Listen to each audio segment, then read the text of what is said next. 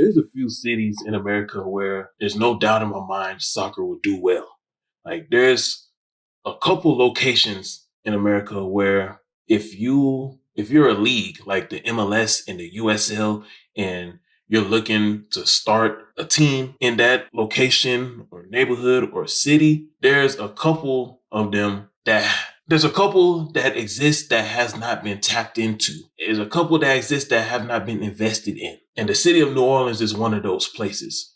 The city of New Orleans is one of those cities where traditional football, soccer will thrive. It won't only exist, but it will thrive in the city of New Orleans.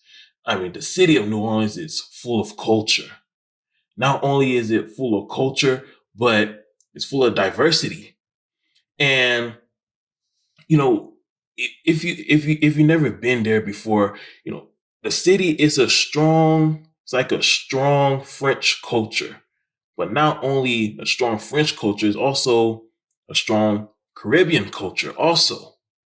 And when it comes to soccer, like soccer is the number one sport in France. Well, if it's not the number one sport in France, it's definitely top two, top five. And when it comes to Caribbean culture, you know, a lot of people tell me that soccer is not popular in the Caribbean countries. Like traditional football is not a major sport in the Caribbeans. But after seeing the CONCACAF Caribbean Champions tournament that's been going on this week, if you haven't been watch, if you're unaware of it, on the CONCACAF YouTube channel, they have been showing the Caribbean Cup, the Caribbean, and I believe it's a tournament that determines who's the best club amongst the Caribbeans, similar to how you had the CONCACAF Champions League and you had MLS versus Liga MX. I believe it's similar to that. Please correct me if I'm wrong. But anyhow, you have the top clubs in the Caribbean, amongst the Caribbean countries, Dominican Republic, Jamaica, Haiti, and those clubs, and they've been going against each other. And based on what I'm seeing, like these people, they really do care about the sport.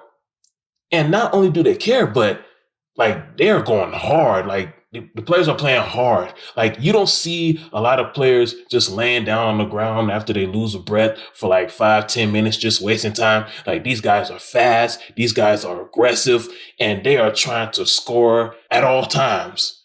And I see a lot of potential in soccer in the Caribbean region based on what I'm seeing in the CONCACAF Caribbean Cup tournament.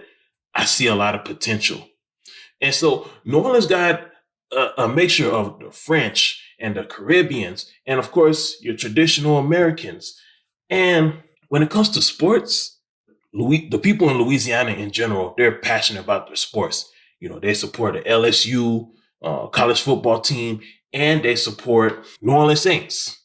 But there's this belief that no other sport can exist there.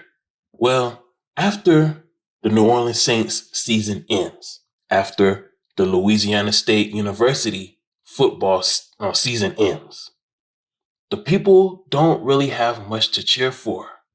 Now, I know some of you may be thinking the Pelicans. They have the Pelicans, and they have Zion Williamson. But let me tell you something about the NBA. The NBA culture, the NBA system is not designed for cities like New Orleans to thrive. Now, let me tell you why. You have a player like Zion Williamson, a guy who has the potential of being a generational legend. Like he has the opportunity to become the next LeBron James or the next Shaquille O'Neal. He is that talented. However, stars like that usually don't, it's like their full potential usually doesn't maximize in a small town or a mid-sized town like New Orleans. There's a reason why Shaq left the Orlando Magic to play for the LA Lakers. There is a reason why LeBron James left the Cleveland Cavaliers to play for the Miami Heat. There's a reason why Carmelo Anthony left the Denver Nuggets to go play for the New York Knicks. You see, what makes the NBA different from other leagues is that superstars in their league, they just thrive in big market cities. Like the NBA and basketball in general is a sport that is designed for big cities.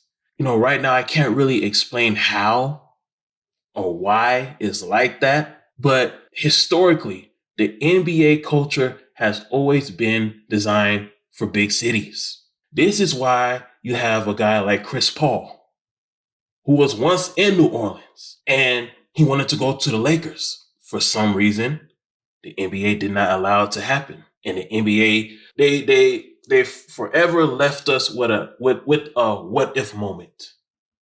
A what if moment that we'll never be able to settle, as if what would have happened if Chris Paul and Kobe Bryant were able to play together. Chris Paul eventually was able to go to Los Angeles, but he ended up playing for the Clippers. You have another star that was in New Orleans, Anthony Davis. Anthony Davis ended up going to Los Angeles also. He's with the Lakers. So if you have two basketball superstars that were once in your city and ended up leaving to the bigger city, what makes you think the third superstar is going to stay in your city for the long haul? This is why a lot of, and the people of New Orleans know this. This is why a lot of people in New Orleans don't support the Pelicans, because they know that the NBA is not, it's not for cities like New Orleans. The NBA is not for every city. And it may get to the point where the NBA they might have to seriously rethink their business model and bring some changes, because every city doesn't need, based on how the NBA works, every city shouldn't have an NBA team. And this is something that LeBron James alluded to many years ago. Look at Nikola Jokic, for example. Nikola Jokic is a two-time MVP in the NBA, but you would think that he's not. Why? Because a lot of people don't talk about him. Why? Well, number one, he plays in Denver. Number two, he spends most of his time in his home country, which is Serbia, I believe. So number one, you play in a small market town. And number two, you're from a country that's not one of the most popular countries in Europe. So you play in a unpopular NBA town, and then you spend most of your time in a unpopular European country because you're from there. Now, is Nikola Jokic wrong for any of this? No, he's not. But it's just the reality. This is why he's not a household name amongst NBA fans, amongst basketball fans. This is why people like Giannis is talked about more than Nikola. This is why Anthony Davis is talked about more than Nikola. This is why Jimmy Butler, people are more familiar with NBA fans are more familiar with people in bigger markets. So when it comes to a city like New Orleans, the NBA can try their hardest and try their best to, preserve the NBA image in the city. But at some point in time, the NBA may just have to pack bags and just move to a bigger town. Because a city like New Orleans, it's just not for the NBA. It's just not. And this is when traditional football comes in. Because the people of New Orleans are looking for another team that they can truly, sincerely rally around in the offseason. When I say the offseason, I mean the New Orleans Saints and LSU football team offseason. They are really looking for a team that they can grow with, a team where their players won't abandon them. And this is where soccer comes in. Because the good thing about soccer is that soccer builds communities. Soccer creates communities. And this week, there was a report by local New Orleans media, WDSU or NBC Channel 6. And the article is basically talking about like there's a stadium in Jefferson Parish. Now, I'm not from New Orleans, so I don't really know the area. But based on the article, it's saying in Jefferson Parish. The title of the article says, A Shrine Redesign. Jefferson Parish official considering changes to lure more crowds. And in this article, the idea of a major soccer team playing in this stadium once it's remodeled, like that idea is flowing about. And this is where the USL comes in. Because when I think about a city, the city of New Orleans, I think about a city that is still trying to recover from Hurricane Katrina, if it has not recovered yet. If it hasn't fully recovered yet. It was a city that dealt with Hurricane Katrina. And because of its location and how it's below sea level, like you have a city like Denver that's high altitude, and then you got a city like New Orleans that's super low and like no altitude at all in New Orleans. Like New Orleans is like below sea level. So when it rains heavily in New Orleans, it's almost all the time a flood happens in some part of the city because it's like right on sea level. Like, no, I believe it's right below sea level. So you had a city that dealt with Hurricane Katrina. You have a city that most likely deal with floods every now and then during hurricane season. Then you have the coronavirus. The city has gone through so much. The city needs a team, a league that is not only focused on winning games and providing a good product on the field, but a league that champions itself as building and restoring communities. And that's when the USL comes in. Look at what the USL is doing in Detroit. A city that was destroyed and abandoned by the Ford family and corrupt politicians. And now you have the USL in Detroit rebuilding the city, revitalizing the city, bringing joy back to the city, bringing hope back to the city. That's what the USL is doing in Detroit. And if the USL can do that in Detroit, there's no doubt in my mind that the USL Champions Division can do that in New Orleans. Now, there hasn't been any official word from the USL or Jefferson Parish or the city of New Orleans about the possibility of a football team, a professional football team coming to the city.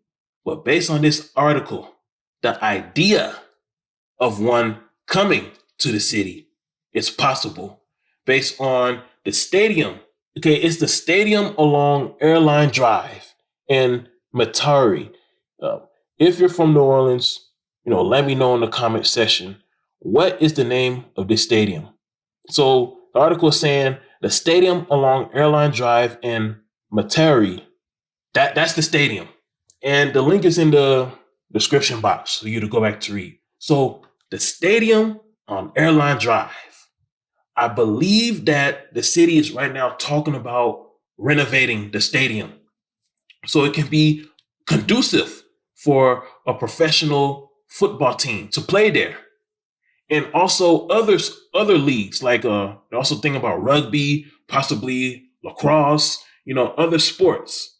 Definitely high school football because, New Orleans, that's a hot spot for high school football and just football in general, rugby style football. But there is no doubt in my mind, and I keep on saying this on every monologue, there is no doubt in my mind that soccer can compete with the NBA. There is no doubt in my mind. There is no doubt in my mind whether it's MLS or USL. Yes, the USL can compete with the NBA. In certain cities, the USL can compete with the NBA. And New Orleans is one of those cities. Why? Because, certain cities that for sports business, certain cities that you go to, it can't only be about sports. It can't be only about wins and losses. And this is something that the Charlotte FC owner, David Tepper, he's starting to realize that. If he hasn't realized that, he needs to realize that. I think when he first got to Charlotte, he struggled to realize that at first. Like, it's not only about wins and losses in southern cities. The reason why a lot of NFL and professional sports teams in the South do not do well is because sports in the South is bigger than wins and losses. You have to develop relationships with people in the community. And the one thing that the USL does a better job than most American professional leagues is they do a better job because they build relationships with people in the community. That's what the USL does. And this is why no matter how many teams the MLS steals from the USL is still going to grow. The USL is still going to be around because the USL knows how to develop relationships with people in the community, which enables them to help restore, revitalize, and rebuild communities like they're doing in Detroit. So there's no doubt in my mind that the USL coming to New Orleans and playing in this stadium on Airline Drive, it will definitely help restore, rebuild, and just bring life not only to the team, not only to the city of New Orleans, but like that whole Gulf Coast region. Now, there's haven't been any official word yet. This article was just released on this week. It was on a Monday, May 16th by Harrison Golden. So click the link in the description box to read it in full. But USL expansion, there's potential. And like I said in one of my other videos, that New Orleans is a good city. It's a city that the USL should look into because I see potential. The people don't have much to cheer for after the Saints season ends. They don't have much to cheer for after the LSU football season ends. We already know why. I already explained why a lot of people don't rally around the Pelicans. But people are looking for a real professional team that they can rally around during the winter, spring, and summer. And there's no doubt in my mind that the USL will thrive in that city.